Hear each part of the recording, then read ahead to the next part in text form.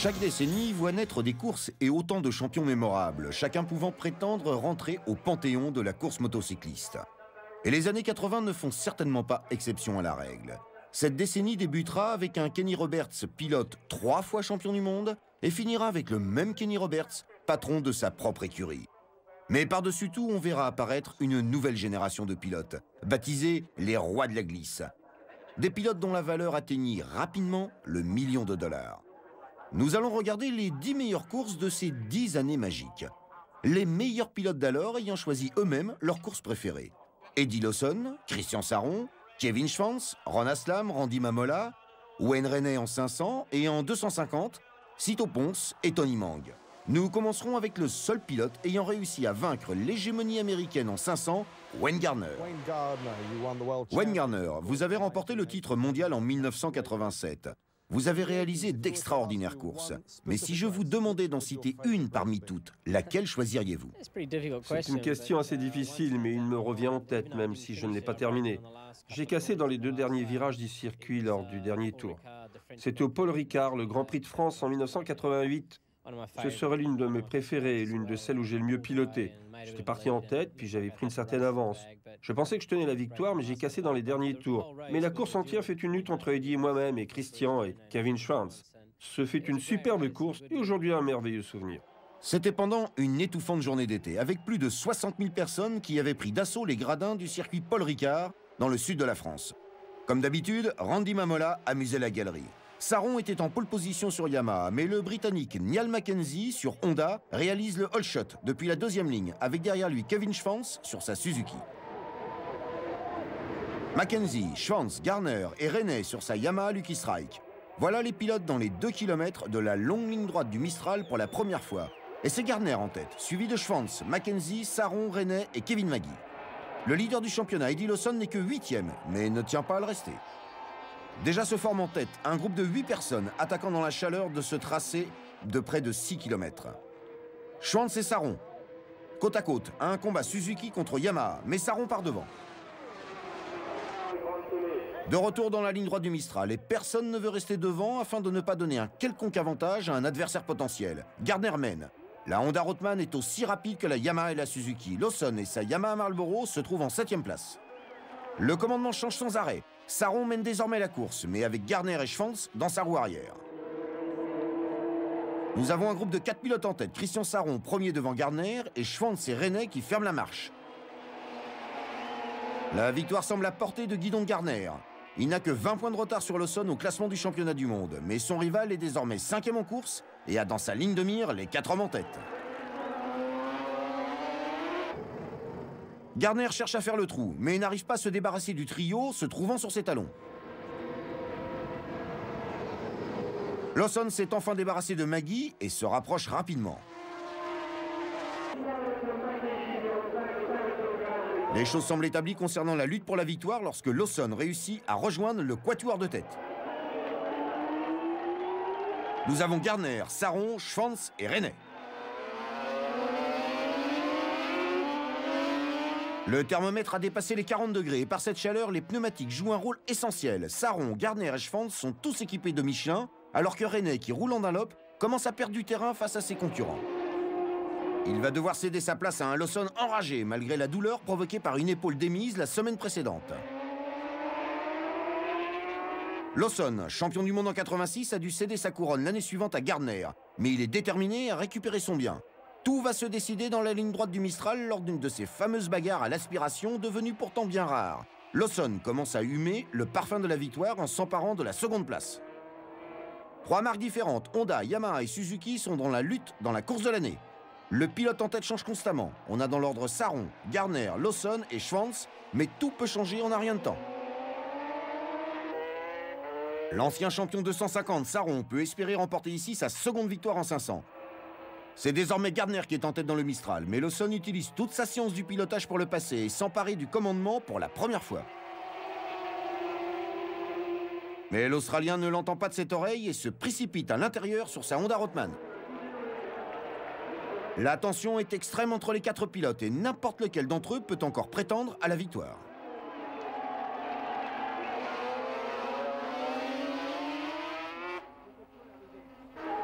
Mais c'est Gardner qui réussit à prendre un léger avantage, pendant que Lawson et Sarron en wheeling se bagarrent dans la même seconde à l'entame du dernier tour.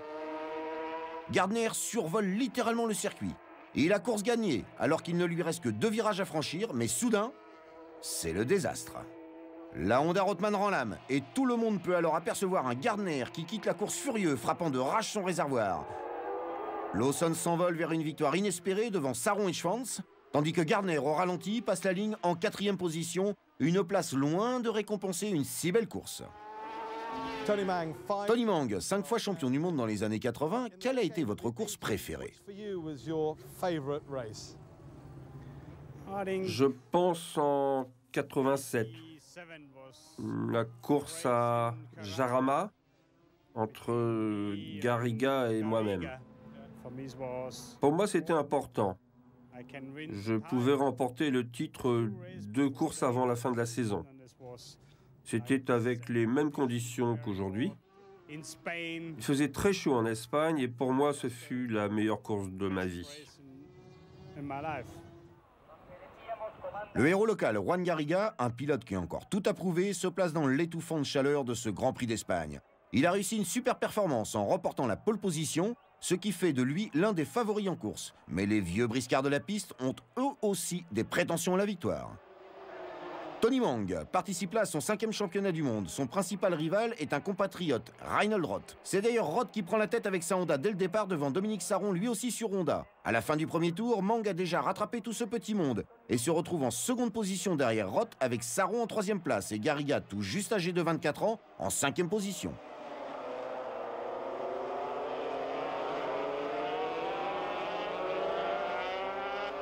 Mais voilà Mang qui surgit, faisant hurler sa Honda Rothman, passant devant Roth et cherchant à faire le break désespérément. Pendant ce temps, Garriga a réussi à se propulser à la 4e place, doublant ses adversaires un par un. Au passage sur la ligne, il se glisse devant la Honda de Sarron pour faire enfin partie du trio de tête. L'attention du public augmente à chaque instant et Garriga déchaîne la foule lorsqu'il passe Roth et rejoint le leader sur sa Honda Rothman. L'Espagnol pilote tel un possédé et le public célèbre déjà bruyamment son succès. Mais rien n'est jamais gagné d'avance, même si l'Espagnol passe irrémédiablement Mang dans ce gauche. Mang s'est scotché une bouteille d'eau dans le dos afin de pouvoir boire en course et sonne la chasse. Et alors que Garriga surveille par-dessus son épaule, Mang passe de l'autre côté et reprend l'avantage, utilisant toute l'expérience de ses 16 années en Grand Prix.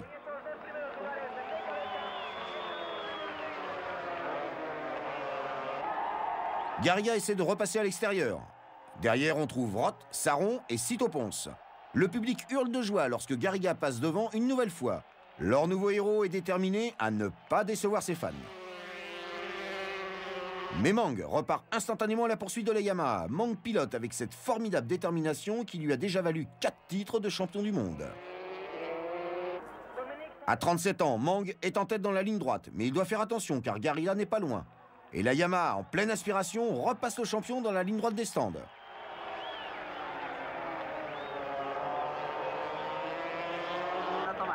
Encore une fois, Garriga déchaîne le public alors qu'il réussit à rester devant le quadruple champion du monde. Roth, Pons et Sarron oubliés se battent quand même pour la 3e place. Un coup d'œil nerveux par-dessus l'épaule, Garriga ne peut certainement pas se relâcher maintenant, Mang est toujours dans sa roue arrière. Une fois de plus au freinage après les stands, une roue arrière espère désespérément retrouver un jour le contact du bitume. Une fois encore, l'Allemand est devant, mais pas pour longtemps. Il ouvre la porte et aussitôt l'Espagnol se faufile. Mang réagit. Il est devant une nouvelle fois, complètement couché sur sa Honda afin de grappiller le dernier kilomètre-heure. Cette fois, Mang reste devant. Les visages sont anxieux dans les stands. Ils savent qu'il est en route pour le titre et dans un dernier effort, Mang, en grand champion, réussit à se créer une légère avance sur son jeune rival.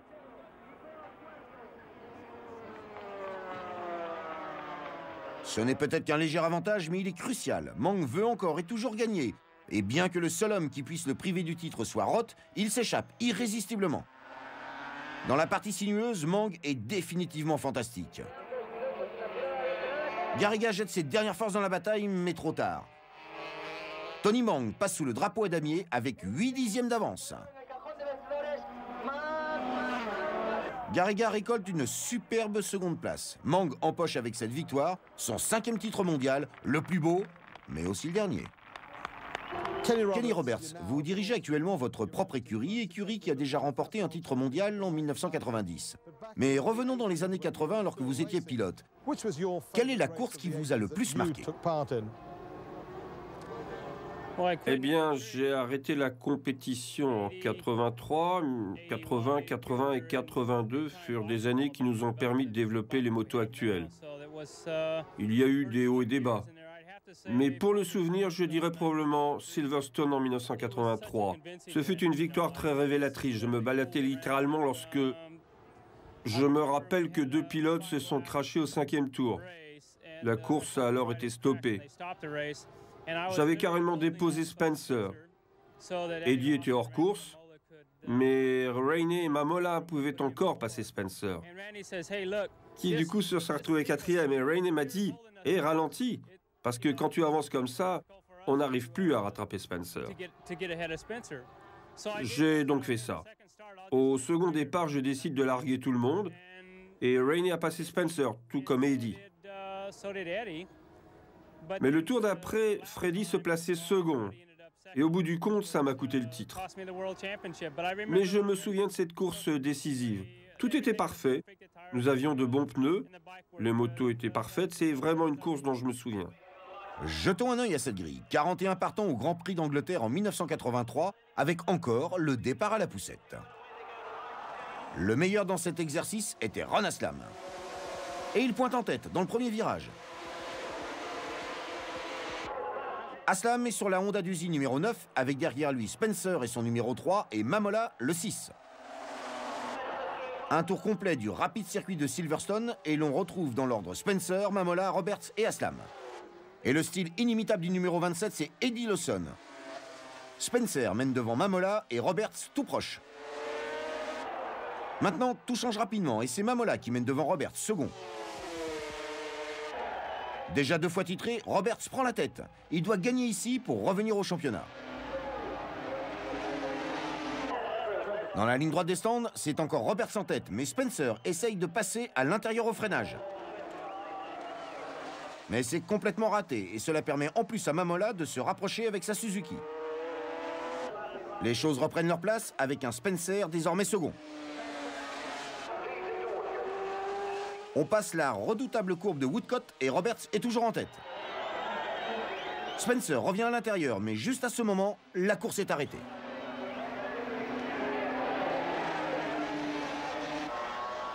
Un nouveau départ peut être redonné et l'on additionnera alors les résultats des 2 courses.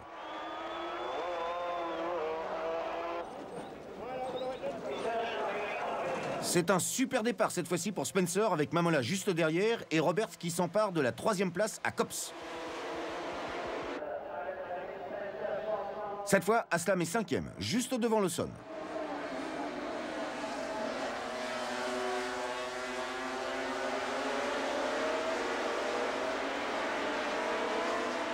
En peu de temps, c'est une bataille de 4 pilotes qui s'engagent sur le circuit le plus rapide du monde. Roberts, Spencer, Mamola et Lawson. Et voilà Roberts qui s'échappe sur sa Yamaha V4, bien plus puissante que la Honda 3 cylindres. Le King Kenny est en pleine grâce, mais il a besoin que Mamola et Lawson finissent devant Spencer s'il veut rester dans la course au titre. Et Mamola et Lawson répondent à l'appel en passant le pilote Honda Spencer en tête du championnat du monde. Mamola, Lawson et Spencer. Mais c'était sans compter avec le talent et la détermination de Spencer qui reprend sa seconde place. Pour la perdre aussitôt au tour suivant. La victoire semble acquise, mais tout peut encore se jouer pour le gain de la seconde place. Lawson finit 2e pour la première fois devant la Suzuki 4 cylindres de Mamola. La bataille pour la seconde place va continuer jusqu'au drapeau final. Mais il y aura un décompte à faire pour décider du placement général, car il y a eu 2 courses. Pas de problème pour le vainqueur. Roberts gagne avec 4 secondes d'avance et sacrifie au rituel du wheeling sur la ligne d'arrivée pour fêter sa victoire. Spencer grappille quelques secondes sur Mamola, Lawson, avec Takazuki Katayama, le numéro 8, qui finit 4e devant le Français Marc Fontan. Et comme d'habitude à l'époque en Angleterre, les clameurs du public sont pour Barry Sheene, qui finit chez lui à la 9e place. Christian Saron, vous vous êtes retiré en 1990. Retournons aux années 80. Quelle fut pour vous votre meilleure course? Je pense que ma meilleure course fut pendant la saison 85. C'était seulement mon 2e Grand Prix en 500. Et j'ai gagné en Allemagne, sur le mouillé. J'ai fait un mauvais départ. J'ai dû alors me bagarrer pour remonter. Je savais que Freddie menait et je l'ai dépassé dans un virage, à l'extérieur, juste avant le stadium, vous savez, juste avant la ligne d'arrivée. Quand je l'ai dépassé, ce fut génial pour moi et pour toute mon équipe.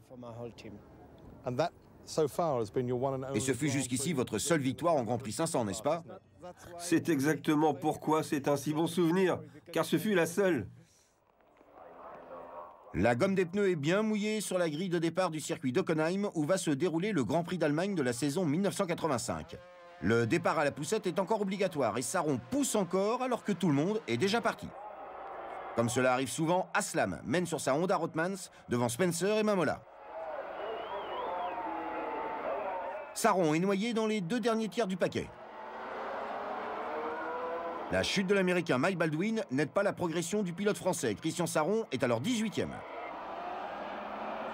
Spencer a pris l'avantage sur Aslam, Didier de Radigues, Mamola et Rob McElhenney sur sa Suzuki. Mais Saron, le spécialiste de la pluie, pointe déjà en 10e position derrière Gardner. Aslam, l'autre pilote connu pour ses prouesses sur circuit détrempé, est à 1 seconde derrière l'homme de tête Spencer. Le champion en titre Lawson attaque pour s'emparer de la 3e place devant Mamola et de Radigues. Saron est toujours dans la course. Il est devant McElhenney en 6e position. Spencer est devant et semble parfaitement sûr de lui. Mais les choses s'animent dans la brume derrière lui. Saron est maintenant 4e derrière Lawson après une fantastique remontée de 14 places. On aurait pu penser que la Honda 3 cylindres aurait été plus facile à piloter sous la pluie. Mais Mamola souffre d'un manque de puissance pendant que Spencer tire d'énormes avantages de son 4 cylindres. Saron commence déjà à penser à la victoire lorsqu'il fait l'intérieur à Lawson pour s'emparer de la 3e place. Le suivant sur la liste, Ron Aslam. Ce Grand Prix est seulement la 3e course de Saron depuis qu'il court en 500 après son titre en 250. Et manifestement, il pilote sa moto comme un poisson dans l'eau. Aslam semble ignorer le danger alors qu'il arrive derrière un attardé, mais Saron revient sur lui de plus en plus près à chaque fois. Il est maintenant tout proche.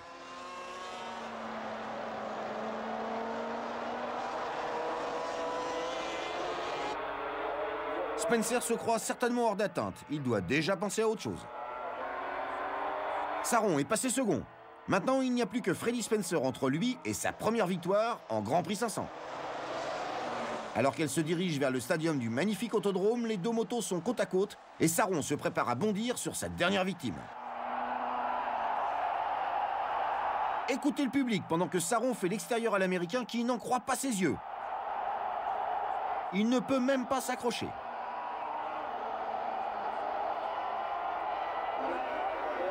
À partir de maintenant, c'est un Christian Saron qui survole littéralement la piste détrempée sans que Spencer ne puisse même envisager de le suivre. Ce jour-là, Saron était tout simplement imbattable, ratant complètement son départ pour ensuite mener et se diriger vers sa première victoire en Grand Prix 500. Le public l'acclame, plein d'admiration pour le brillant pilote, propulsant ainsi Christian Saron sur la liste des pilotes victorieux en Grand Prix 500. Au drapeau à damier, il avait plus de 11 secondes d'avance sur Spencer. Randy, quelle serait à votre avis votre meilleure course des années 80? Eh bien, je dirais en 1987 à Misano, lorsque j'ai battu Gardner et Eddie. Eddie et moi-même étions sur les mêmes motos. Nous avions de bons pneus, ce fut une course très difficile. Mais la fin de ce Grand Prix reste définitivement gravée dans ma mémoire. Vous avez vécu plein de choses dans les années 80, mais parlez-nous maintenant de vos souvenirs sur circuit en nous citant les 2 plus mémorables que vous ayez eus sur la piste. Je crois que chacun d'eux a eu lieu en 1986, lorsque je pilotais la Honda Rothman. En fait, nous étions équipés d'une caméra sur l'une des motos. C'était à Spa, en Belgique. Lorsque j'étais derrière Roche, je l'ai touché avec ma roue avant et je suis tombé en direct à la télévision. Tout le monde m'a vu et ce fut l'un des moments les plus embarrassants de ma carrière. L'autre souvenir serait toujours avec la Honda 3 cylindres à Misano, un circuit que j'apprécie particulièrement. J'étais en pleine séance d'essai lorsque j'ai été éjecté de la moto. Et je suis parti pour une séance qui avait plus à voir avec le rodéo qu'avec la moto. Ça m'a rendu célèbre et cela reste un de mes meilleurs souvenirs. Et des souvenirs hors circuit? Plein. De nouveau, cette extraordinaire sortie de piste, cette fois au ralenti.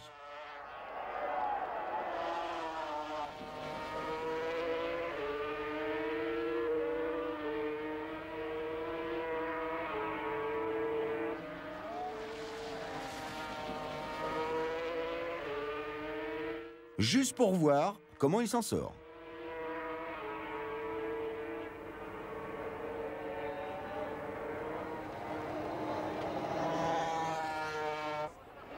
Pour s'en sortir, il s'en est bien sorti. Et un an plus tard, sur ce même circuit de Misano, il s'aligne sur une Yamaha Lucky Strike en tant que pilote de l'écurie Roberts.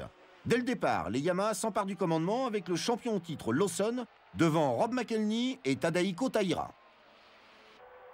Wayne Gardner sur la Honda Rothman numéro 2 doit faire un bon résultat s'il veut conquérir son premier titre mondial.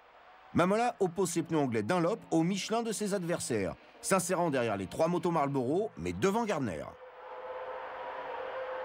Lawson essaie de prendre le large sur cet étouffant circuit du bord de l'Adriatique, mais Mamola sur sa Yamaha numéro 3 est déjà 3e. McElhenney fait le forcing sur Mamola pendant que Gardner essaie de remonter en 5e place. Mais Mamola est déchaîné, s'empare de la seconde place et prend en chasse le leader.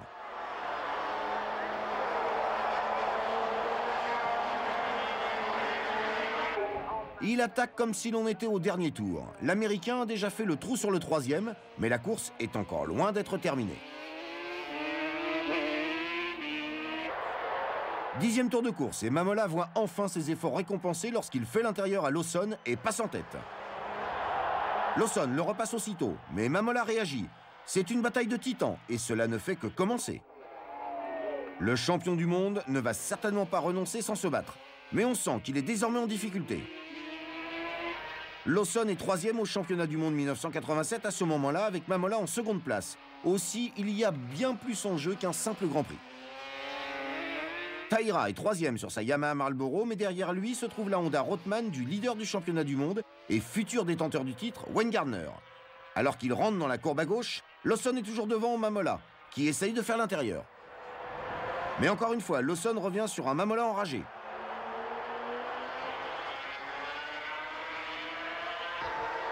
C'est toujours Lawson qui essaye de faire le trou. Mais à chaque fois qu'il pense s'être échappé, Mamola revient sur lui.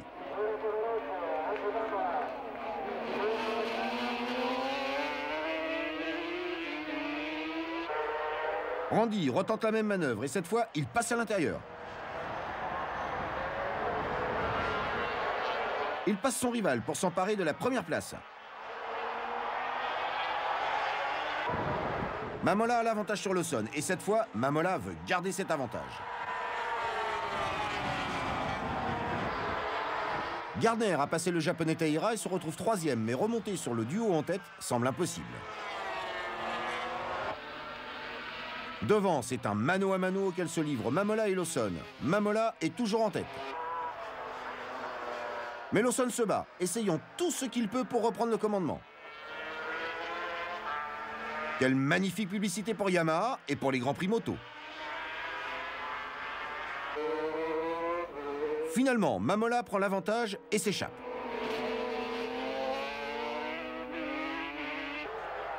Avec une confortable avance, il arrive derrière un attardé, l'Anglais Simon Buckmaster.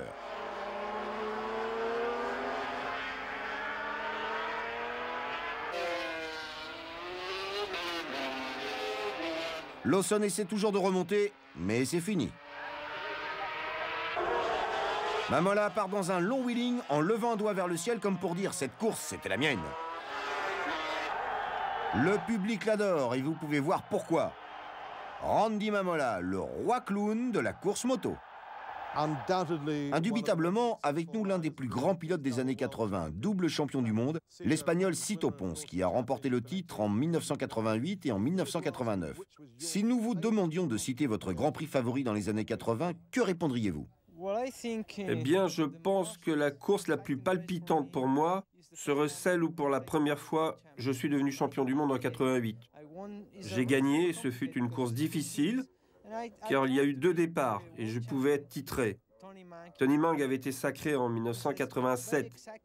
C'était une course vraiment intense, vraiment passionnante avec lui. On courait à Spa, l'un de mes circuits favoris, où j'ai réussi à battre le champion sortant, celui de 1987. Comme c'est souvent le cas, les nuages plombent le ciel au-dessus du circuit de Spa-Francorchamps lorsque la lumière passe au vert et que la course des 250 de la saison 88 est lancée. Mais ce n'est certainement pas la météo qui va ralentir le paquet de pilotes qui plongent dans le fameux passage de l'eau rouge. Dominique Sarron mène devant Jacques Cornu et Pons est en 5e position. Alors qu'ils en finissent avec cette longue ligne droite pour la première fois, Juan Garriga est 4e et le champion en titre Mang est 6e. Garriga est au meilleur de sa forme, menant sa Yamaha en tête devant Sarron sur sa Honda Rothmans, avec Pons désormais 3e. Pons remonte en seconde place à l'approche de l'épingle à cheveux de la source. Une bataille exclusivement espagnole s'engage pour le commandement. Toujours Garriga devant Pons. Sarron est 3e et Cornu 4e. La puissante Honda passe la Yamaha pendant la ligne droite et garde cet avantage malgré une riposte de Garriga au freinage.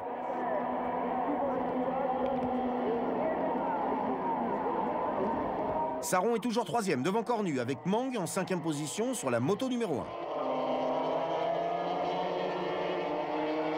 Garriga est toujours en tête lorsque la course est arrêtée suite à un accident impliquant Martin Wimmer et Loris Reggiani. Au second départ, la Yamaha d'usine de Garriga fait les siennes et l'Espagnol se retrouve 9e. S'il veut remporter cette course en 2 étapes, Garriga va devoir attaquer comme jamais.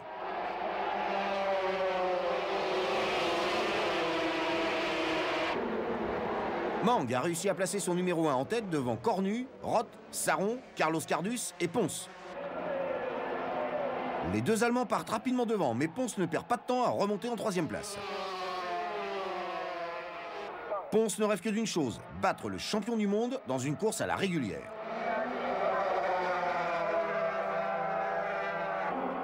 Et son rêve commence à prendre forme dans la ligne droite en passant Roth au freinage pour partir à la poursuite de Mang.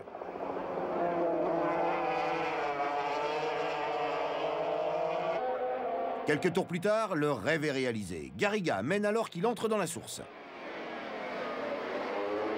Mais la victoire est encore loin et la piste est sèche maintenant. Mang reprend la tête et c'est un paquet serré de 5 pilotes qui s'entre-déchirent. Masahiro Shimazu est en 3e position, Pons doit rester dans la roue arrière de Mang. Et le voilà qui porte une attaque à l'approche de la chicane. Maintenant, Mang n'est plus à l'abri des autres poursuivants. Shimazu est en seconde position. Mais au bout de quelques tours, il abandonne. La bagarre entre les Allemands est toujours aussi intense avec un jeune Espagnol dans leur pot d'échappement.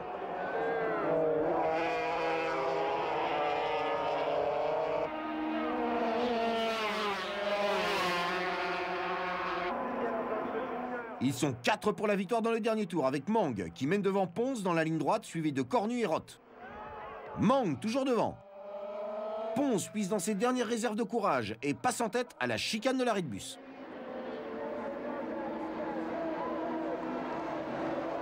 Nous avons donc Pons, Mang, Cornu et Roth à un demi-tour de l'arrivée. Pons élargit à l'épingle à cheveux et il file en coup de vent à travers la colline jusqu'au drapeau à damier. Sito Pons l'emporte avec la satisfaction de battre le champion du monde en titre, Anton Mang, qui de surcroît se fait souffler la 3e place sur la ligne par Jacques Cornu. Ron, vous avez couru en Grand Prix pendant plus de 10 ans et sur différents types de motos. Si on repense aux années 80, si une course devait rester gravée dans votre mémoire, laquelle serait-ce? Ce sera en 85 à Assen, j'ai fini second. Le temps était mitigé, humide et sec. Randy Mamola a gagné et il a cassé en franchissant la ligne d'arrivée. Un vrai coup de malchance pour moi. Durant la course, ça a été une belle bagarre. J'étais derrière avec Eddie Lawson. Il m'a doublé, il a commencé à vouloir creuser l'écart. Mais il était à la limite et il est tombé. Ce qui m'a permis de finir deuxième facile.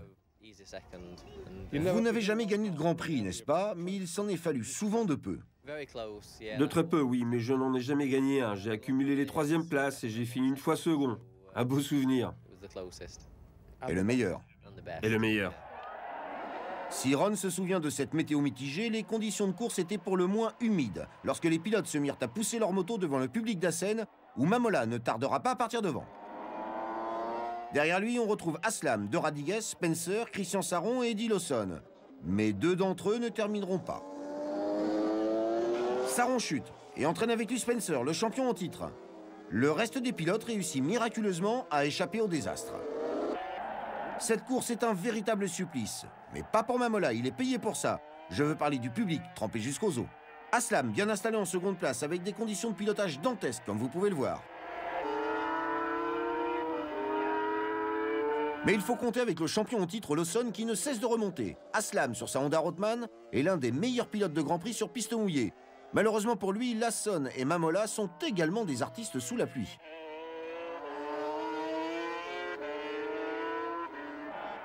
Tout va bien pour Mamola sur sa Honda Rothman 3 cylindres. Mais Aslam voit se rapprocher inexorablement Lawson. L'Américain remonte comme une flèche. Mais Randy est manifestement intouchable ce jour-là. Lawson sait que Spencer est hors course et il veut garder son titre et une seconde place serait la bienvenue. Les efforts de Lawson finissent par payer et la Yamaha Marlboro numéro 1 est maintenant deuxième. Juste derrière, l'attaque est là, mais le rythme imposé par Mamola est trop rapide pour Lawson et il va payer très cher son envie d'attaquer aussi fort que Mamola. Le Californien arrive tout simplement trop vite dans une courbe. Il a beau sortir un pied dehors, il finit sa trajectoire dans les bottes de paille. Ceci laisse à Ron Aslam le champ libre pour une belle seconde place. Son seul espoir pour une première victoire en Grand Prix serait qu'il arrive quelque chose à Mamola. Mais l'homme aux caméras embarquées ne fait cette fois aucune erreur. Mamola s'engage dans la ligne droite des stands et finit cette fois-ci sur sa moto.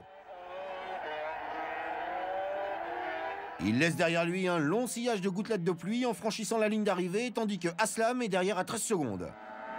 Mais tout aurait pu très mal finir pour Mamola, qui casse en passant sous le drapeau à damier. Un tour supplémentaire, et c'était Aslam qui remportait sa première victoire. Eddie, les années 80 ont été prospères pour vous, avec 4 championnats du monde à votre actif. Mais si on vous demandait de nous parler d'une course des années 80 en particulier, laquelle choisiriez-vous? Eh bien, il y a eu de nombreuses belles courses. Je dirais le circuit de Laguna Seca en 88. Ce fut une belle course pour moi. Nous avons gagné dans ma propre ville. Il y avait ma famille et mes amis. Beaucoup de personnes de ma ville également. Vous étiez venus voir la course. Avec un tel public, vous vous devez de gagner. Ce fut une chose fantastique. Vous n'êtes pas homme à montrer souvent vos sentiments, mais là, ils ont certainement dû transparaître, n'est-ce pas? Oui, bien sûr, ma famille était là pour regarder la course avec mes grands-parents, mes tantes, mes oncles, mes parents et ma sœur. Et oui, j'ai jeté mon casque dans le public et ils ont adoré. C'était sympa, c'était une course sympa. Le circuit de Laguna Seca en Californie avec le retour d'un Grand Prix moto aux États-Unis après une absence de 23 ans. Une course que tous les pilotes américains veulent gagner. Mais c'est un pilote anglais qui est en tête alors que la meute aborde le premier virage. Niall Mackenzie, sur sa Honda, mène devant le champion Wayne Gardner, suivi de Wayne Rainey, Kevin Schwantz et Kevin Magee. Aslam prend le large tandis que Mamola est englué en milieu de peloton. Le rapide écossais mène au premier tour et suivent Gardner, Schwantz, Rainey, Aslam et Lawson sur sa moto numéro 3. La fin du premier tour et Aslam est sous la menace d'Eddie Lawson.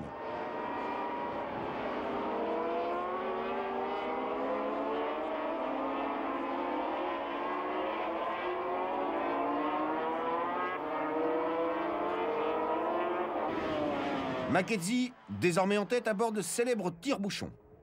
En bas de la colline, dans le grand gauche. Et il attaque encore pour garder le commandement. Lawson est remonté à la 5e place. Gardner se bat alors qu'il poursuit la Honda de son rival.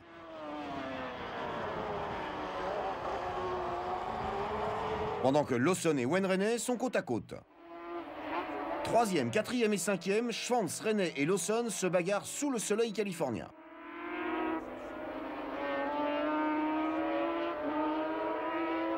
Gardner se rapproche. Et la guerre est déclarée derrière lui. Lawson a eu Schwantz. Prochaine priorité, Wayne René. Une victoire de Lawson sur ce circuit lui permettrait d'obtenir son troisième titre. Mais René est déterminé à prouver que le passé ne sera pas une partie de plaisir. Il pilote parfaitement en tenant à distance son rival, pourtant bien plus expérimenté.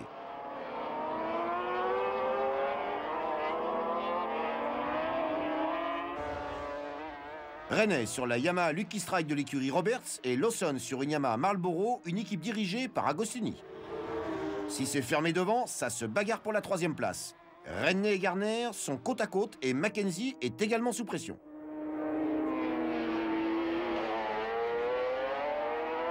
Lawson est dans les échappements de René. Et il passe devant pour prendre la troisième place au deuxième tour.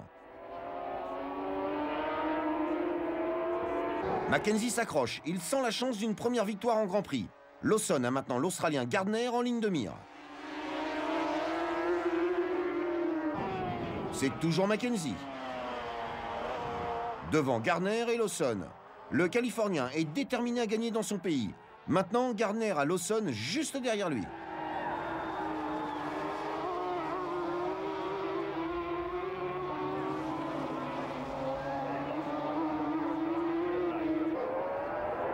Eddie l'imperturbable passe à l'intérieur dans le dernier virage, montrant à Wayne sa roue arrière. Cette fois, l'Australien devra patienter. Lawson attaque, passe devant les stands en tête, et le public croit déjà sa victoire.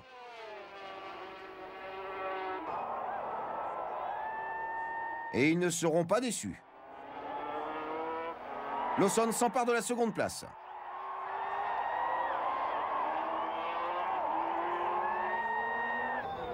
La guerre est maintenant déclarée entre la Honda et la Yamaha. Est-ce que la relative inexpérience de Mackenzie fera le poids contre le savoir de Lawson? En un rien de temps, Lawson est dans la roue arrière de l'Anglais. La lutte est intense.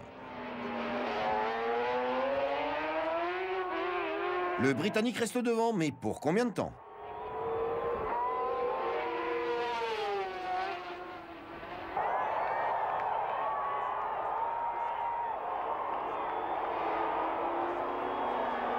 Et voilà le dénouement. Lawson se glisse à l'intérieur, à la grande joie de tous ses fans. Mackenzie s'accroche pour un moment, mais il doit admettre qu'une seconde place ne serait finalement pas si mal.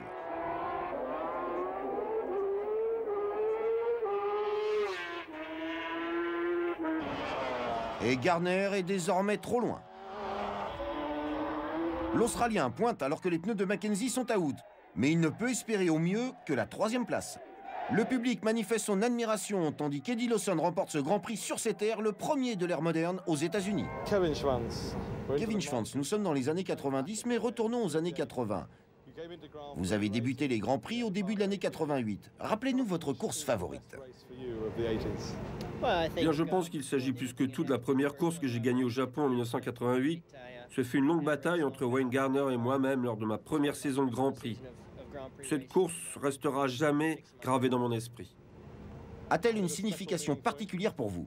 Oui, bien sûr, gagner au Japon devant tous les constructeurs, cela restera vraiment gravé dans ma mémoire. Vous êtes une personne vraiment démonstrative lorsque vous accédez à un tel succès. Est-ce naturel chez vous ou bien est-ce un jeu avec le public? Oui, j'aime montrer au public que je suis heureux d'avoir gagné. Je fais un tour d'honneur en leur faisant des signes et si je ne pense pas que le public ressente exactement la même chose que moi, je suis content qu'il soit là. Et vous êtes content de gagner devant tant de public. C'est vraiment spectaculaire lorsque vous êtes debout sur la moto. Oui, vous savez, j'ai de très grandes jambes et j'aime me lever, m'étirer après une course comme celle-ci. Mais c'est probablement juste pour m'amuser. L'équipe Suzuki Pepsi fait son entrée lors de l'étape japonaise du championnat du monde par un froid jour de mars en 88. Et quel début! Schwantz pilote la moto blanche et porte son numéro fétiche, le numéro 34. Il est troisième au premier tour derrière ce nouvel arrivant, Wayne René, et le champion Gardner. Il va rapidement oublier Gardner et se mettre en chasse du rapide René. Un demi-tour plus tard, l'irrépressible Schwanz fait le show pour mener avec un style bien à lui. Mais tout est à refaire 1 seconde plus tard.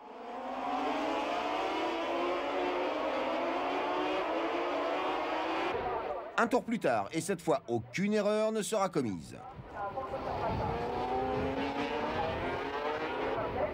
Schwanz enchaîne parfaitement les chicanes tandis que René prend le large et perd ainsi 3 places. Maintenant, Kevin doit se méfier de Gardner.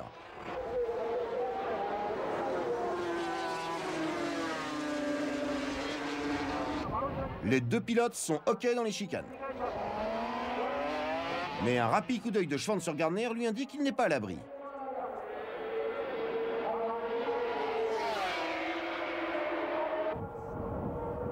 Wayne passe à l'aspi et prend la tête de la course pour la première fois.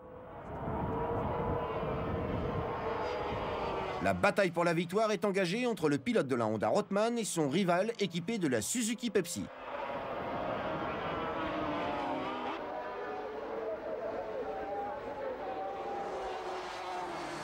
Schwanz revient et a l'opportunité de reprendre la tête. Mais Gardner ne va pas être facile à déposer.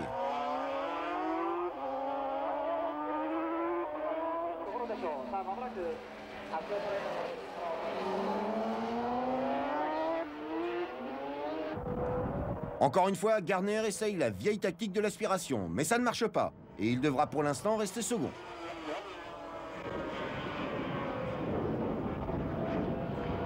Les deux pilotes semblent se compléter, avec un Gardner plus fort sur certaines parties du circuit, et Schwanz s'appropriant les autres.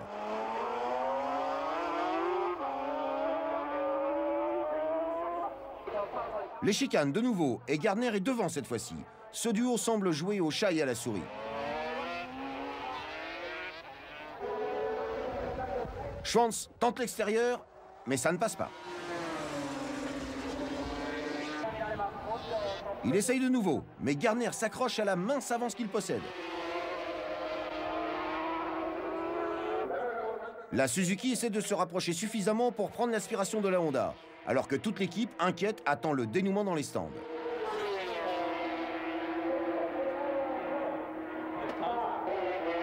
Même le pourtant d'habitude impénétrable Herve Kanemoto semble être nerveux. Schwanz semble faire le trou.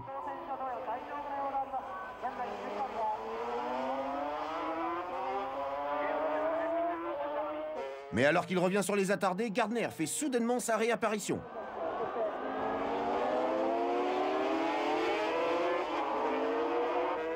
C'est le dernier tour et Gardner craque. Il se sort en passant à travers la pelouse du circuit et permet ainsi à Schwanz de remporter sa première victoire en Grand Prix 500.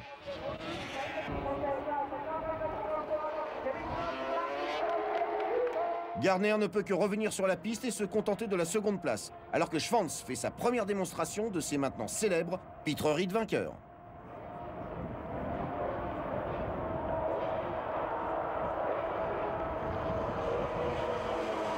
Wayne Rainey, vous avez couru en championnat du monde dans les années 90, mais revenons aux années 80. Quelle course en particulier parmi toutes les courses auxquelles vous avez participé reste en votre mémoire? Eh bien, j'ai couru dans pas mal de courses dans les années 80. Mais celle qui reste gravée serait celle des Superbikes en 83 aux États-Unis. Puis ma victoire en Grand Prix en 88 au Grand Prix d'Angleterre. Ça fut ma première victoire en Grand Prix. Mais s'il y en a une dont je me souviens, c'est bien le Grand Prix 500 à Hockenheim en 89, lorsque j'ai dépassé celui qui allait devenir plus tard mon coéquipier, Eddie Lawson, au tout dernier tour. La seule fois où nous avons mené sur ce circuit, et j'étais vraiment ému après la course. Nous sommes à la mi-saison et Wayne Rainey chasse le moindre point afin d'empocher le titre de champion à la fin de la saison 89. Lorsque les pilotes s'alignent au départ d'Hockenheim, il possède 10 points d'avance sur Lawson, qui a rejoint l'équipe Honda Rothmans. Et ce sont Rainey et Kevin Schwanz sur la Suzuki qui réussissent à prendre la tête dès le premier virage et partent dans le paquet à travers la forêt. Lawson pousse sa Honda Rothman à la seconde place alors que la meute approche de la partie sinueuse pour la première fois. Et il réussit à prendre Rainey au freinage. En un rien de temps, la bataille se transforme en une bagarre à 3, avec Lawson qui mène devant Rainey et Schwanz, soit Honda, Yamaha et Suzuki.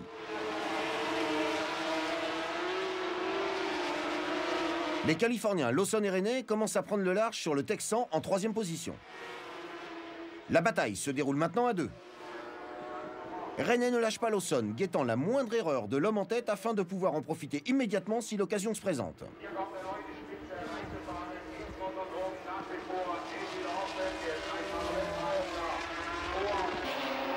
Mais tout à coup, voilà Schwanz qui réapparaît. Ouvrez bien l'œil pour assister à une des rares erreurs de Lawson qui est en tête dans la partie sinueuse mais rate une vitesse, ce qui le relègue en 3e position. René n'en croit pas ses yeux. Jamais il n'aurait pensé se retrouver à cette place, une place qu'il va perdre aussi vite qu'il l'a gagnée. Lawson, René et Schwanz ont tous les trois une chance de gagner et d'empocher le titre mondial. René à l'attaque, mais sa glisse n'est rien comparée à celle du Texan. Lawson s'accroche toujours en tête, mais René est prêt à bondir au moindre signe de faiblesse. Soudain, Schwanz jette un œil à son moteur. A un problème mécanique? Il perd du terrain et une inquiétante fumée bleue sortant des échappements met un terme à la course de la Suzuki.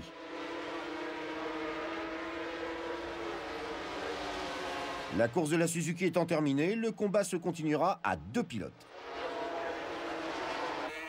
René suce littéralement la roue arrière de Lawson tout au long de ce très rapide circuit d'Hockenheim.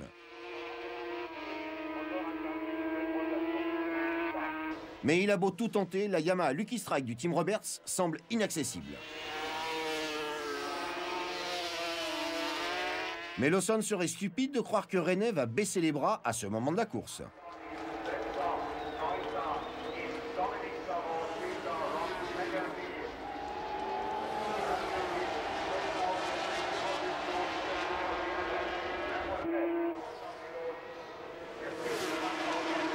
De nouveau dans la forêt pour ce dernier tour, et Lawson mène toujours devant René. On aborde la chicane et ils se donnent à fond tous les deux, désirant passer ou rester en tête, quoi qu'il en coûte. On se rapproche du stadium. La partie décisive du circuit est dans un dernier effort surhumain. René se relève et réussit à freiner 1/10 de seconde plus tard que son rival et passe en tête pour la première fois de la course. Encore 2 virages à franchir.